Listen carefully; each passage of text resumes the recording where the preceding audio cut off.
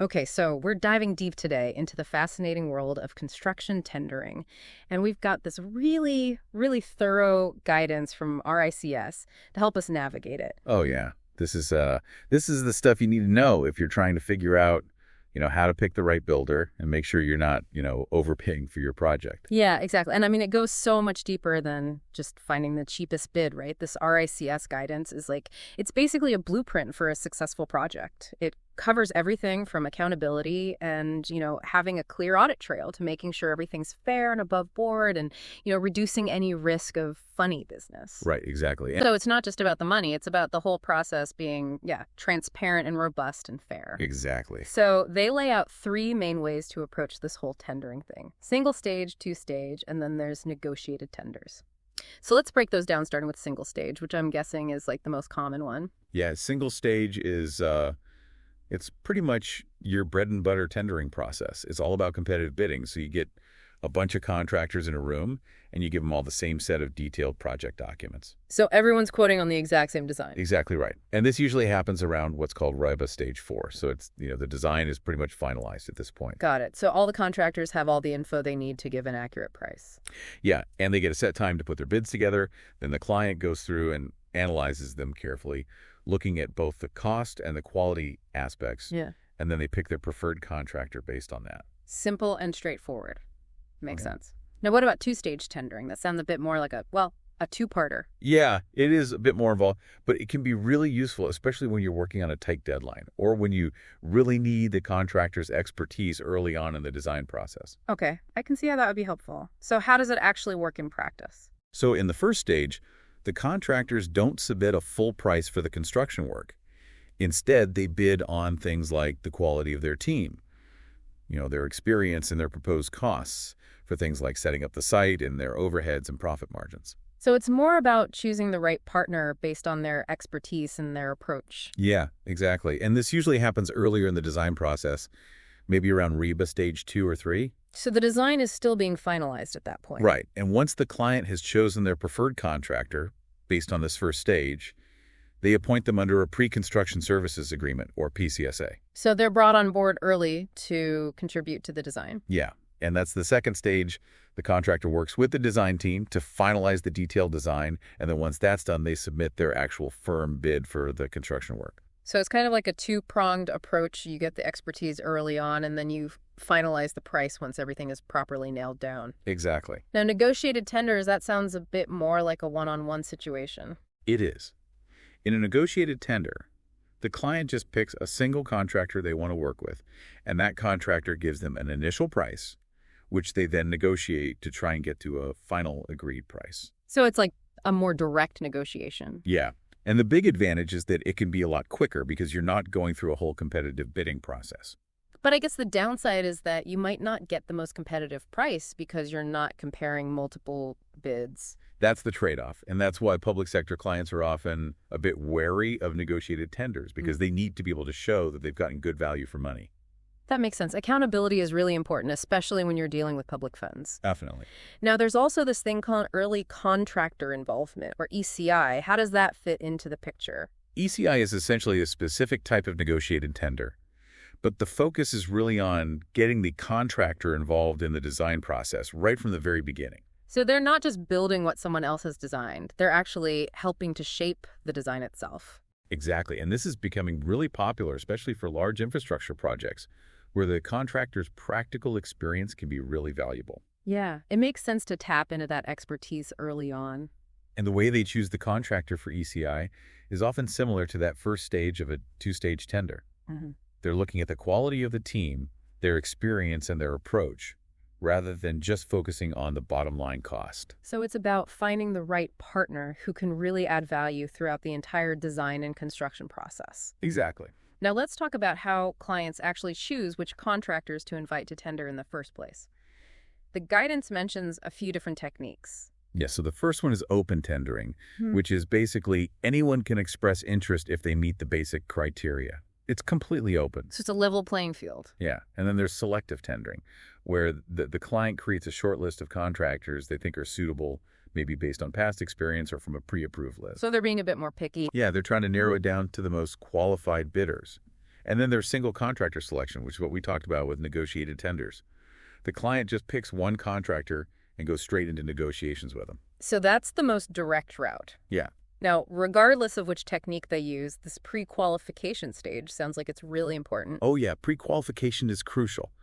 It's all about making sure that the contractors who are bidding are actually capable of doing the job. Yeah. They look at their experience, their financial stability, and their health and safety record. So it's a way of weeding out any potential problems early on. Exactly.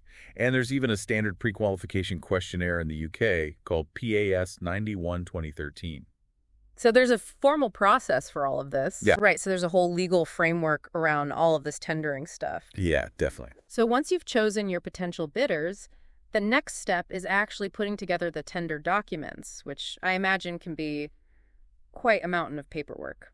Yeah, there's definitely a fair bit of documentation involved, but the exact contents will depend on the type of procurement route and the form of contract that's being used. Right, so it's tailored to the specific project. Yeah, so for a traditional contract, you usually have things like detailed design information bills of quantities or a schedule of works and rates and all the details about the site preliminaries, things like setting up the site and temporary facilities. And for a design and build contract, the main document is usually the employer's requirements, which sets out what the client wants the contractor to deliver. Exactly. So the documents really spell out the whole scope of the project. They do, and there are a few key things that should always be included in any tender inquiry, regardless of the specifics of the project. So like a standard set of must-haves. Yeah, so you always start with an invitation to tender letter, which basically just formally invites the contractor to bid and gives them all the basic information, like the project name and the deadline for submissions.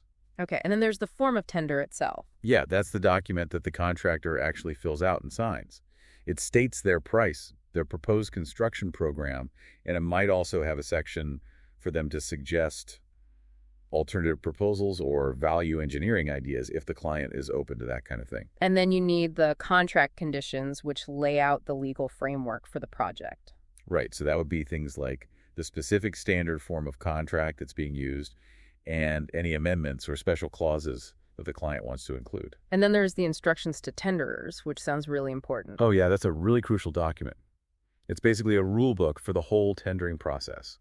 It tells the contractors exactly what they need to do, how to submit their bids, what the scoring mechanism will be, how to ask questions if they need to, and even potential dates for interviews. So it's all about clarity and transparency. Yeah, making sure everyone's on the same page. And it also needs to explain how they'll handle any errors or inconsistencies in the bids.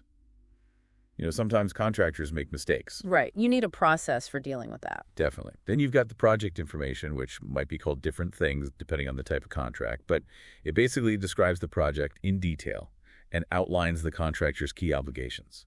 So it's like the nitty-gritty details. Yeah, things like the base date for pricing, how they'll handle any fluctuations in costs, the completion strategies, the payment methods, and any insurance requirements. And then you've got the design information itself. Right. All the drawings, specifications, reports, everything the contractor needs to actually price the job.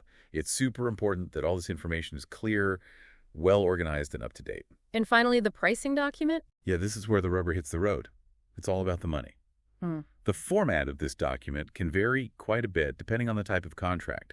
For traditional contracts, it's often a bill of quantities, which is a really detailed breakdown of all the different elements of the project and their associated costs. So it's a way of making sure that everything is properly accounted for. Yeah, and for design and build contracts, you might have a contract sum analysis, which is more of a high-level overview.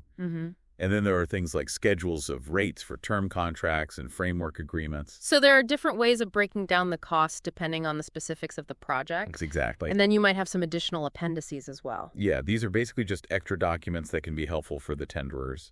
Things like health and safety information site surveys, planning permissions, and stuff like that. So it's like a supplementary information pack. Yeah. Now, once the tender documents are out there, what are some of the key things to keep in mind during the tender period itself? Well, one of the most important things is to set a realistic tender period. Give the contractors enough time to properly review the documents and put together their bids. Right. You don't want them to feel rushed. Exactly. And the length of the period will depend on the complexity of the project, the time of year, and the market conditions. So it needs to be tailored to the specific situation. Yeah, and it's always a good idea to get input from the contractors themselves during the pre-qualification stage. Yeah. Ask them what they think is a reasonable time frame. Right. So it's a collaborative process. It should be. And then there's the whole question of how the tender documents are actually issued. Has technology changed that much? Oh, yeah, massively. It used to be all about printing out reams and reams of paper and sending them out by courier, but nowadays it's all done electronically. So it's much more efficient now. Yeah. And there are loads of benefits to using e-tendering platforms. Yeah. It's cheaper, it's easier to track, it's more secure, and it makes it much easier to manage all the queries and communications. So it's a win-win for everyone. Pretty much. Now, speaking of queries, how are those handled during the tender period? So it's really important that all queries are answered promptly and that the answers are shared with all the bidders so that everyone's got the same information. Right. You don't want anyone to have an unfair advantage. Exactly. And the source of the query should always be kept confidential. And what happens if the client needs to make changes to the documents after they've already been issued? Well, that's where tender addendas come in. Yeah. It's not ideal, but sometimes it's unavoidable if there's new information or changes to the requirements. So it's like an update to the original documents. Yeah. And if you think addenda might be necessary, it's a good idea to mention that in the instructions to tenderers. So that they're prepared for it. Yeah. And any information that's included in an addendum needs to be formally incorporated into the final contract documents as well. So everything needs to be properly documented. Definitely. Now, the guidance also mentions these mid-tender interviews. What's the point of those? Well, they're a good way for the client and the contractors to actually meet face-to-face and discuss the project in more detail. So it's a chance to build relationships and get a better understanding of each other's perspectives? Yeah, and sometimes they include a site visit so the contractors can really get a feel for the project. Yeah. But it's important that any information that's shared during these interviews is also shared with all the other bidders. Right. Fairness and transparency are key. Absolutely. Now, what happens if a contractor decides to pull out of the tender process?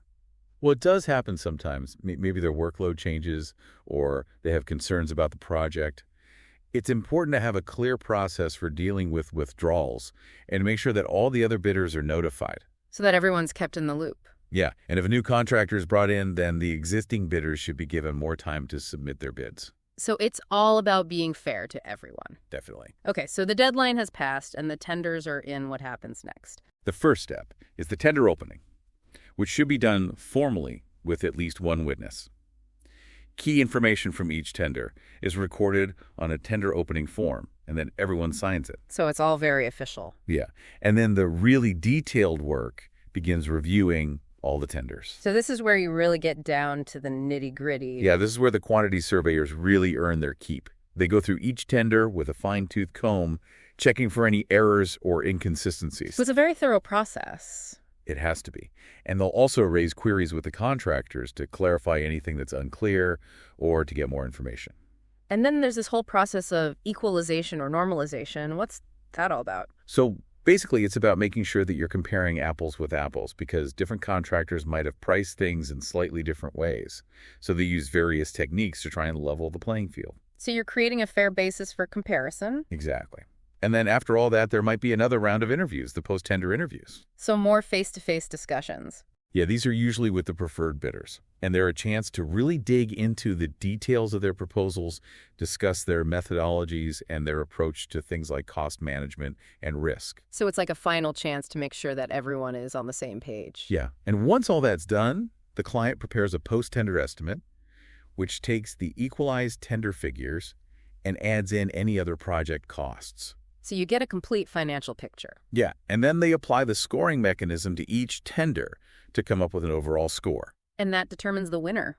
It does. And then all the bidders are notified of the decision. Yeah, and the unsuccessful bidders should be given feedback on their scores and offered the chance to discuss their tender in more detail. So it's a good opportunity for learning and improvement. It is. So that's the basic process of construction tendering, but there are also some more strategic considerations that clients need to think about when choosing the right approach for their project. Right. One of the key things is to decide on the tender scoring techniques, how much weight they're going to give to price versus quality. And that will depend on the type of project, the procurement route, and the client's priorities. So it's not a one-size-fits-all approach? Definitely not. And then there's the timing of the tender. Yes. Yeah, when in the design process do you actually go out to tender? Yeah, we talked about that a bit earlier. Yeah, and that will depend on how much input you need from the contractor. If it's a straightforward build-only contract, you might tender after the design is complete. But if it's a design and build contract, you might go out to tender much earlier. So it's all about finding the right balance. Exactly. And what about negotiated tenders? Any special considerations there? Well, the main thing is to make sure that the negotiation process is properly managed and documented. You need to keep a clear record of all the discussions and agreements. Right, so that everything is transparent and auditable? Yeah, and the tender report needs to justify why the negotiated route was chosen and how value for money was demonstrated. So you're showing that you've done your due diligence. Exactly. And for really complex projects, those tender reports can get pretty extensive. They can, especially for things like PFI projects, where there are lots of different stakeholders and factors to consider. So it's a whole other level of complexity. Yeah, and then there are those unusual projects, the ones that don't quite fit the mold. Yeah, the project abnormals. Yeah, those need to be handled on a case-by-case basis, really carefully, considering the specific risks and opportunities. You need a flexible approach. Definitely.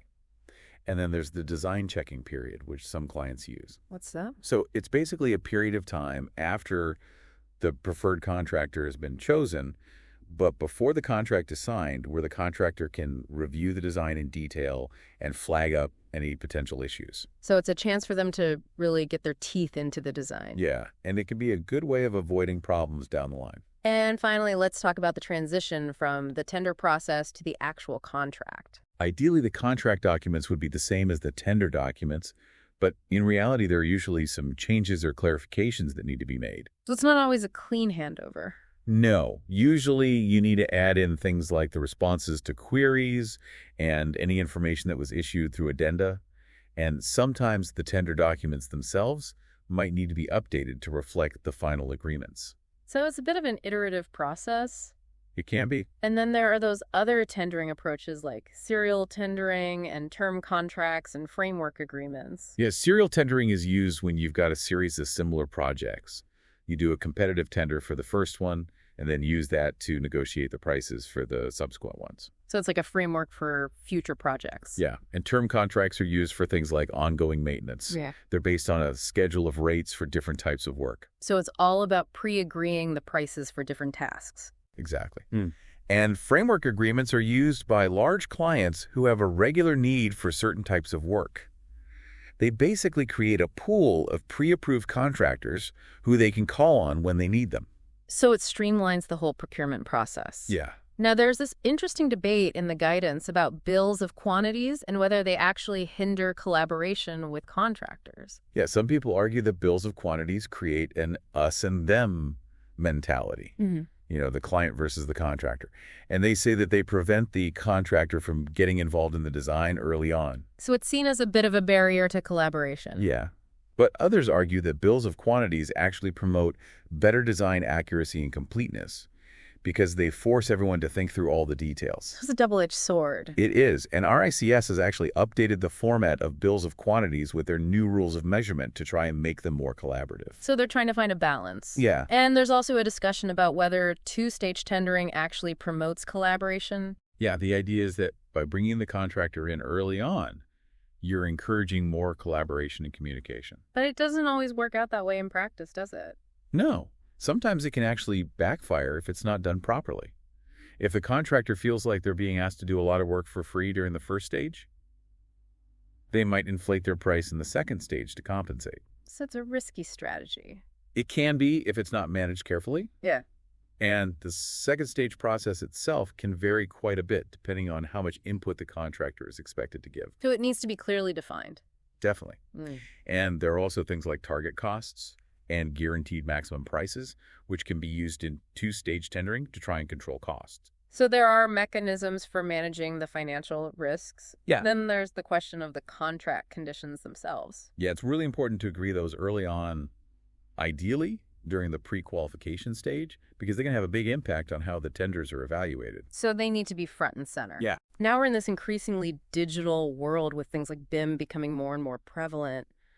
What impact is that having on tendering? Well, BIM is all about creating a digital model of the building, which can then be used by everyone involved in the project. So it's a shared information resource. Yeah, and in the early stages of BIM implementation, it's mainly being used to improve the accuracy of quantities, which then helps with pricing. So it's improving the quality of the tender documents. Yeah, but as BIM matures, it has the potential to really transform the whole tendering process. So it's still early days, but it's definitely going to have a big impact. Definitely.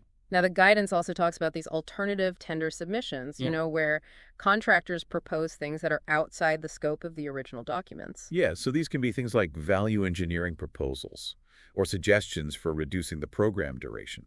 It's important to be clear in the tender documents about how these will be handled. Right, so the contractors know what to expect. Yeah, and the usual approach is to only consider alternative submissions if the contractor is already the preferred bidder based on their compliant bid. So it's like a bonus. Yeah, but the downside of that approach is that you might miss out on some really good ideas from contractors who weren't the cheapest, but who had some innovative solutions. So it's a balancing act. It is. And there's also this ethical question about what to do with good ideas from unsuccessful bidders.